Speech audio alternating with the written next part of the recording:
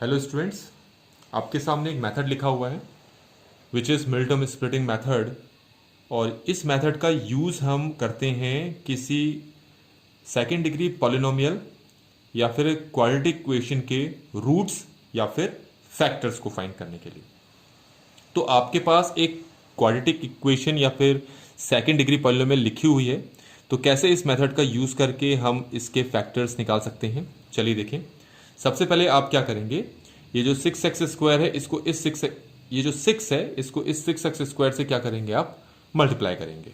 तो रफ में आप मल्टीप्लाई करेंगे तो इसको इससे मल्टीप्लाई करने पर 6 को अगर मैं 6x² से मल्टीप्लाई करता हूं तो ये आता है हमारा 36x²। ठीक हो गया। इसके बाद ये देखिए यहां पर क्या लिखा है, ये लिखा है 36। तो आप क्या करें, 36 के जितने भी फैक्टर्स पॉसिबल हैं यहां पर वो सारे के सारे फैक्टर्स आप यहां पर लिखेंगे स्टार्टिंग फ्रॉम 1। दूसरे शब्दों में मैं ये भी कह सकता हूं कि आप वो सारे टेबल लिखो जिन टेबल्स में ये 36 आता है स्टार्टिंग फ्रॉम 1। तो पहले मैं लिखता हूं 1 × 36 = 36। ओके, फिर लिखता हूं 2 × 18 = 36। देन 3 × 12 = 36। देन 4 × 9 = 36।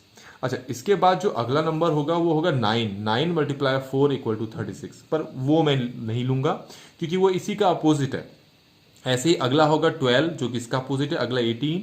तो इसके बाद सारे रिपीट होंगे जस्ट, लेकिन वो सारे क्या होंगे, इनके अपोजिट होंगे। तो सिर्फ हमारे पास ये 4 ही बनते हैं।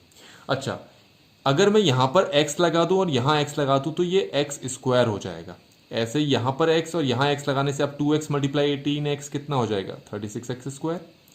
ऐसे अगर इसके साथ x लगाऊं, इसके साथ x लगाऊं तो ये हो जाएगा x², और इसके साथ x लगाऊं, इसके साथ x लगाऊं तो x²। ये आप स्टार्टिंग में भी कर सकते थे लेकिन मैंने बाद में बताया ताकि कोई कंफ्यूजन ना रहे। इसके बाद हमने क्या करना है, आप देख सकते हैं यहां पर आपको फैक्टर्स के पेयर मिले हैं। एक है 4x, एक है 9x। यहां पर भी फैक्टर्स के पेयर हैं, यहां पर भी फैक्टर्स के पेयर हैं, यहां पर भी फैक्टर्स के पेयर हैं। ये जो मेथड है मिडिल टर्म स्प्लिटिंग, इसका मतलब होता है जो मिडिल में टर्म है उसको स्प्लिट करना है। तो यहां मिडिल टर्म में टर्म आपके पास कौन है, 13x है ना, इसको स्प्लिट करना है। इसका मतलब अब हमारा काम क्या होगा, 13x को देखना। तो आपके पास यहां जितने भी पेयर्स मिले हैं फैक्टर्स के, इन पेयर्स में आपको 2 नंबर्स दिखाई दे रहे हैं, उनको आपस में ऐड करो या फिर सब्ट्रैक्ट करो। पहले ऐड करके देखो फिर सब्ट्रैक्ट करके देखो। ऐसा करने पर आपके पास 13x आना चाहिए। पहले मेरे पास है 1x और 30x 6x। अगर मैं 36x को 1x के साथ ऐड करता हूं तो ये आता है 37x, और माइनस करता हूं तो 35x आता है, जो कि इसका मतलब है मुझे इस पेयर की जरूरत है ही नहीं क्योंकि मुझे क्या चाहिए, 13x चाहिए। ऐसे अगर सेकेंड वाले को देखूं वो है 18x और दूसरा है 2x। ऐड करो तो 20x बनता है और सब्ट्रैक्ट करो तो 16x, तो इसकी भी जरूरत नहीं है।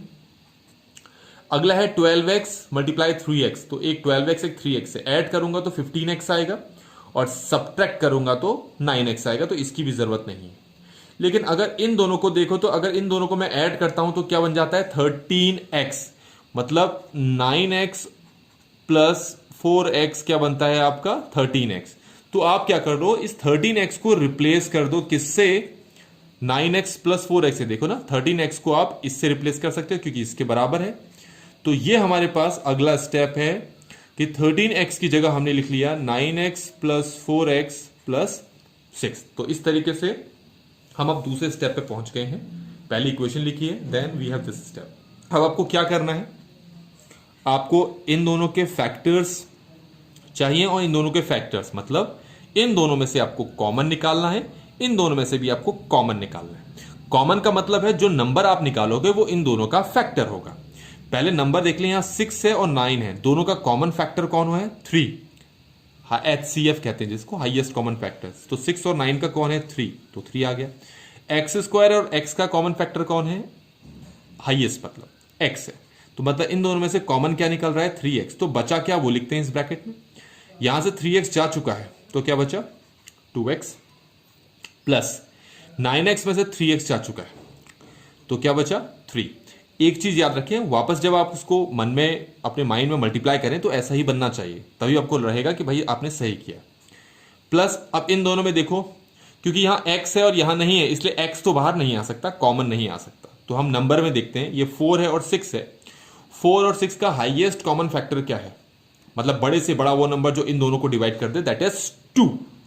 तो अगर मैं 2 बाहर निकालूं तो इस ब्रैकेट में आपके पास क्या बचा, 4x को 2 से, 4x में से 2 बाहर आ चुका है एज अ फैक्टर, तो क्या बचा 2x। ये प्लस 6 में से 2 बाहर आ चुका है एज अ फैक्टर, तो क्या बचा 3। अच्छा एक चीज और, जब आप ये कॉमन लेने का काम करते हो तो ये दोनों टर्म्स एक जैसी दिखाई देनी चाहिए आपको। यहां पर जैसे ही पहुंच जाओ ये दोनों एक जैसी होनी चाहिए, तो ही आपको पता लगेगा कि भाई आपने ये सही किया। अब आप क्या करेंगे, 2x प्लस 3 और 2x प्लस 3, इस टर्म में और इस टर्म में ये दोनों चीज सेम है, तो जो चीज सेम है उसको कॉमन निकाल लेते हैं। तो 2x प्लस 3 बाहर आ गया, तो ये बाहर आ चुका है। So what will be left inside of this bracket, that is 3x plus 2। तो 3x प्लस 2।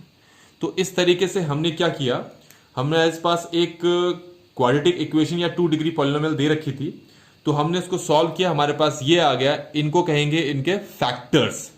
अच्छा अगर आपको रूट्स निकालने हो तो क्या करेंगे, आप क्या करें, 2x प्लस 3 को 0 के इक्वल रखें, 3 को वहां शिफ्ट कर दें, तो ये 2x इक्वल आ गया -3 और x आ गया -3/2।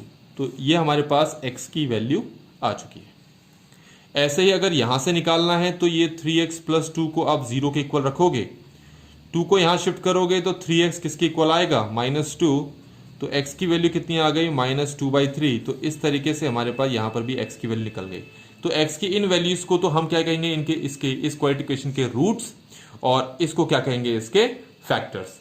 तो ये था बच्चों हमारे पास मिल्टन स्प्लिटिंग, कि आप किस तरीके से एक मिल्टन स्प्लिटिंग का यूज करके आप फैक्टर्स एंड रूट्स फाइंड कर सकते हो। अब हम एक और इक्वेशन लेते हैं, जिसमें यहां तो सारे प्लस के प्लस साइन थे, इसीलिए साइन में कोई प्रॉब्लम नहीं हुई। एक और हम इक्वेशन लेते हैं जिसमें माइनस कहीं पर हो, और उस वक्त इनके फैक्टर्स मिल्टन स्प्लिटिंग के थ्रू कैसे करते हैं वो हम देखते हैं। तो बच्चों हमारे पास एक दूसरी क्वाड्रेटिक इक्वेशन या 2 डिग्री पॉलिनोमियल है, 2x square minus 11x plus 5। इसको भी मिल्टन स्प्लिटिंग से ही हम इसके फैक्टर्स और रूट्स निकालेंगे।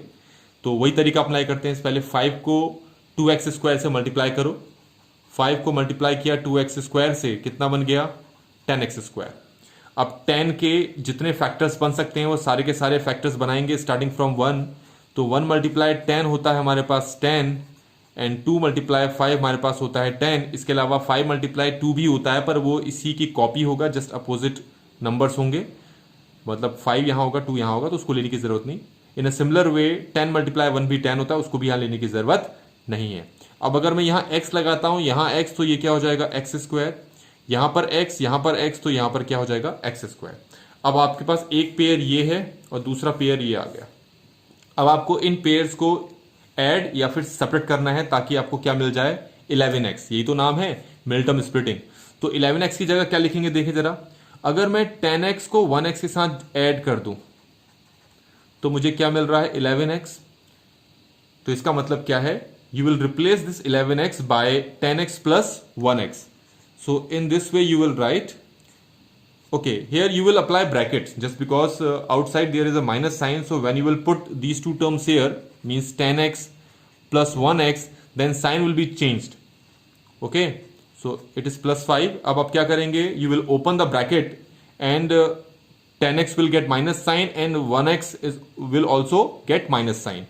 So step will become 2x square, इसका साइन चेंज होगा, right now it is plus, now this will become minus 10x.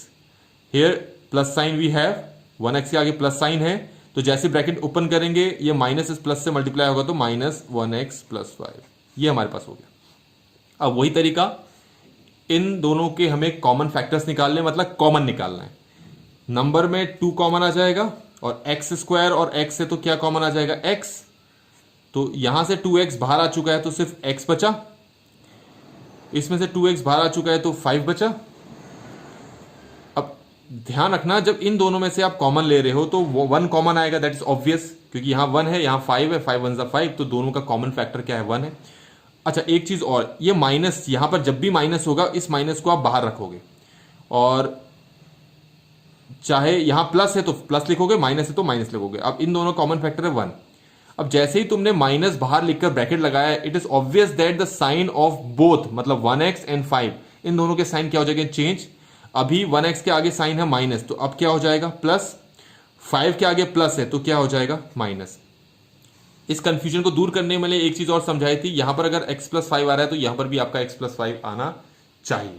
अब हम क्या करेंगे, इन दोनों टर्म में कॉमन क्या चीज है, x प्लस 5 है ना, तो आप क्या करो, x माइनस 5 है तो x माइनस 5 को कॉमन निकाल लो, अंदर क्या बचेगा आपका 2x माइनस 1।